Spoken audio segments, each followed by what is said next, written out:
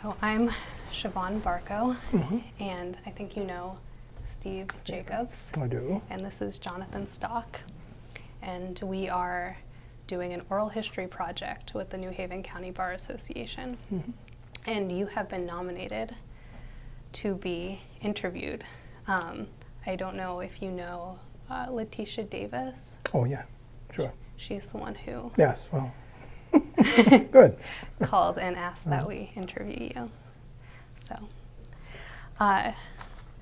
to begin, could you tell us a little about your early life and where you were born, where you went to school? I was born in the house that my parents owned in Falmouth, Massachusetts. I'm one of 12 children. I was number 2. I was a daughter who was the firstborn in my family. She is the only one of my siblings who's not still living. My father worked construction all of his life. My mother was a housewife of the first order. What most people don't appreciate about the Cape back in those days was how much farm life there was there. I had a godfather who was the premier strawberry grower in Massachusetts. He had 49 acres and a pond, which is not a bad way to start.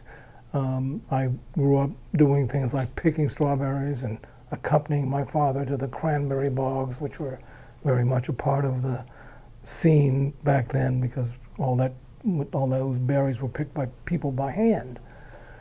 I grew up in Falmouth and went to the local schools. I went to T-Ticket Elementary School, and that was kindergarten to 6th grade.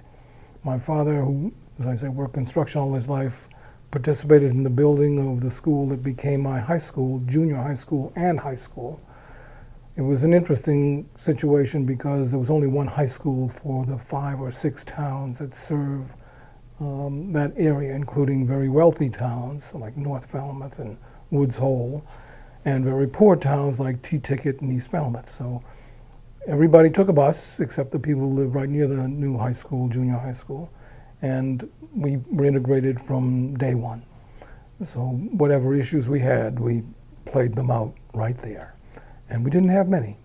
So I didn't appreciate the issues that I would have learned about later when I went to college and got involved with the civil rights issues and movement. I didn't do a whole lot. I never traipsed around the Woolworths of the world getting people to spit at me. Would have been a bad thing. My heritage is Cape Verdean Portuguese. My mother was born in the old country. The Cape Verde Islands are the origins of every hurricane. That's how best to describe them, I suppose, until you go there, and they're absolutely gorgeously beautiful. I was there just recently with my daughter. We spent 10 days in wonderful luxury in some of the most beautiful islands you'll ever see in your life. My parents never went back, and that was one of the things we were doing. We were celebrating my mother's birthplace, my father's birthplace. And I graduated high school from Lawrence High School in Massachusetts, which was, as I said, was my junior high school and my senior high school. I was president of the senior class. Again, a whole testimonial to the fact that there were no issues of discrimination at that point that were ripe. Whatever issues there were mostly hidden. I have 6 brothers. Every one of them has been married. Every one of them has been married to at least one white woman. Very, very common on Cape Cod that young men of color marry women who are white. I've been married 4 times. I haven't had a white wife yet, and I'm not planning on any more. I graduated Lawrence High School and applied to Dartmouth College and a bunch of other places, and wound up going to Hanover, New Hampshire for 4 years. And while I was there, I applied to law school. This is after a Harvard-educated government professor who was Harvard undergraduate in law school told me that there was no chance that I would ever be a lawyer. And I remember going by his office after I got my acceptance from Yale Law School and rubbing it in his proverbial. I was the first black in a firm larger than 5 in the history of the state of Connecticut when I joined a firm called Ribicoff and Kotkin in 1970. I became a partner there in about 1972. Before that, I'd been a lawyer in legal services here in New Haven. I had a neighborhood law office in Newhallville, where I was when I got there as a graduate of law school, the only lawyer in a firm that had had two experienced lawyers. It was a fascinating, incredible experience. Very actively involved because we had criminal jurisdiction back then in the legal services programs. I did that for about 2 years, and I went to work for Arnold Markel, who was to become chief state's attorney. He was then the chief prosecutor in what was called the circuit courts. They went out of existence about 1978, I think. And I was an assistant chief prosecutor doing gambling and narcotics prosecutions throughout the state, basically picking up cases that the local prosecutors didn't want to have anything to do with. I would come roaring in on the sitting beside a state trooper who drove me everywhere I went, and we'd go in and try the case and go home. It was a fascinating experience. I used to fret about why Ribicoff and Kotkin would take me and how it was a very established law firm back then. And I said, when I got there, I had probably tried 30 jury cases. And that was probably more than the entire law firm had ever tried. So they weren't really taking too much of a risk that I didn't know what I was doing around a courthouse. I worked at Ribicoff and Kotkin for 10 years. It was a wonderful, interesting law firm with all kinds of wonderful business. About 1969 or 68, Congress passed legislation that said if you had the name of a congressperson in your law firm, you had to take it out. Well, since Abe Ribicoff had a brother named Irving Ribicoff, they didn't have to take the name out. So as a result, the firm got all of the largesse that you could get having somebody as famous or infamous as Abe Ribicoff in its name and its heritage, and we got lots and lots of wonderful, incredible business. I did 10 years there, and we proposed to the senior partners who had never had in 35 years a partnership agreement. Some of the best lawyers back then in the state of Connecticut had gone through that firm and literally gone through it, never to return because they weren't going to be treated fairly and squarely in their opinion, and they were most certainly right.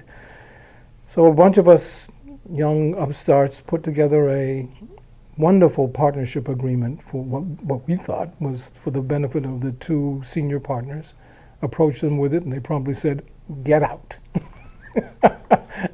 and we left, taking every client save one of consequence, and that client was Stop and Shop. Ribicoff and Kotkin did what nobody in life would ever have conceived 3 months before that they would ever do in life. They joined up with Schatz and Schatz and became the first law firm, I think, in the history of Connecticut with 3 ampersands. Schatz and Ribicoff and Kotkin. And that lasted for as long as it lasted. I left there and joined a firm where I was for 19 years. I'm sorry, before that I went to a small firm that 7 of us created. It was called Loudon, Byrne, Sheckman, Slater, and Rose. And we grew from about 8 or 9 lawyers to about 25 lawyers, and were incredibly successful, doing wonderful work of all sorts. The major client that stayed with Ribicoff and Kotkin followed me. When I was a kid, I used to be a caddy, and I used to caddy at one point for Avram Goldberg, who was Stop and Shop. And he was a wonderful man, and when I remember arriving at Ribicoff and Kotkin and looking at the client list, and I said, "Oh my God, Stop and Shop is a client." I picked up the phone and called Avram Goldberg in Boston, and the first words out of his mouth were, "How's your mother?" Because my mother had 12 children, and all of her sons worked at Stop and Shop on the Cape at some point in life. And we were very well known to the Stop and Shop hierarchy, and I'd become friendly with Avram Goldberg and his wife through the golf connection. He wrote letters for me to get into Harvard undergraduate and Harvard Law School. Didn't go to either. But he was a very dear friend and remembered me, and I remembered him well. So I got to Ribicoff and Kotkin, and we've talked briefly earlier about my daughter being in the theater. I've always loved the theater. Irving Ribicoff and his wife, Belle, loved the theater, and they discovered that they had this young man who went to Yale Law School where Irving had gone, who knew New Haven a little bit. They used to bring me down to watch all of the productions at either the Yale Rep, some of which were pretty spectacularly awful, and the other theater here in New Haven. So I got introduced to how to use a fork properly and how to enjoy good theater by Irving Ribicoff, and I'll never forget him and his wife for that. Our little firm that we created after Ribicoff and Kotkin dissolved lasted about 1984 to 1977 to 1984, and then it dissolved. Interestingly enough, as far as I was concerned, because my senior partners, one of whom I went to law school with here, called me in one day and said they didn't think that a black lawyer could make it. This is 1984. Could make it in Connecticut doing commercial litigation. I was in the midst at that point of the biggest commercial litigation case that firm ever had. It involved a developer who created the West Farms Mall. And our client was a man who had a deal with the people to build the mall, and he got all of the zoning done. He was a spectacularly interesting Italian gentleman, Joseph P. Vetrano, who owned tomato farms in Italy, knew 3 popes by their first name, and was one of the best clients I've ever had. He put the deal together to acquire the property, and then the gentleman who was the developer, it was a limited partnership arrangement, so this guy was the brains in the limited partnership, decided to cut him out. He was supposed to give him 20% of the deal and $10,000 to get the property zoned. He tried to screw him out of the deal, claiming that he wasn't going to give him the 20% and said, take your $10,000 and go away. Well, we brought suit, and at some point I got a $40 million prejudgment remedy against the developer. And eventually the case settled because one day they called up Mr. Vetrano and told him to come down to Old Frank's in Hartford, if you remember, Old Hartford Well. And they settled the case for $5 million with a letter of credit to back up the money, and Mr. Vetrano prevailed in a settlement situation. So when I was told that I couldn't do this work anymore, this firm that I helped create that originally had my name in, I was bouncing around looking for something to do. And Mr. Vetrano, interestingly enough, took me to Washington, D.C., I think 3 times. And it was during the Reagan administration. And I met the head of the Commerce Department back then, who was a gentleman from Connecticut. I'm stumbling on his name at the moment. He was a rodeo rider. Oh, I've got to think of his name. It will come to me, ideally. And he offered me a job in the Commerce Department in Washington for $75,000 a year. I had 2 kids, a wife, a house, and I would be in Washington, D.C. And I said, no. So I didn't go there. Coleman Levy, who was a partner at what was then Tarlow, Levy, Mandel, and Costin in West Hartford / Farmington, got word that I was looking for a job. He called me up, and I went to work there, and I was there for 19 years. That firm became Levy and Droney. In the course of the time I was there, I did mostly litigation and commercial work. And then one day I got a call from a young lawyer at a big law firm who said, the mayor of Hartford is looking for corporation counsel and he wants someone of color. Can you help us? I said, sure. I put the phone down and ignored it for 2 weeks. I got another call saying, you got anybody in mind? And I said, how about me? So I left that firm to become the first full-time black corporation counsel for the city of Hartford in 2004. 2004. I was there for 6 years. It was interesting because the ordinance creating the office said there shall be 15 lawyers and 8 staff. When I got there, we had 6 lawyers. We went down to 5. We never got above 9. And they changed the ordinance so it said maybe 15, but we never got above 9.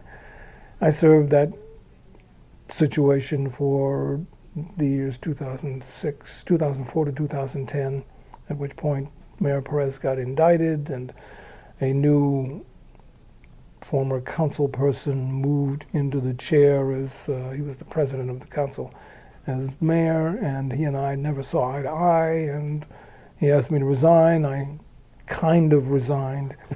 I left, however, and there I was without a job, and I went to my lovely home in the West End and sat on the porch and read good books for about 3 months until I was interrupted in that piece of my life by a small black-owned law firm, and I went to work there for 3 or 4 years, and I got invited to come here, and here I am.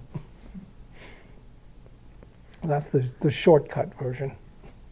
All right.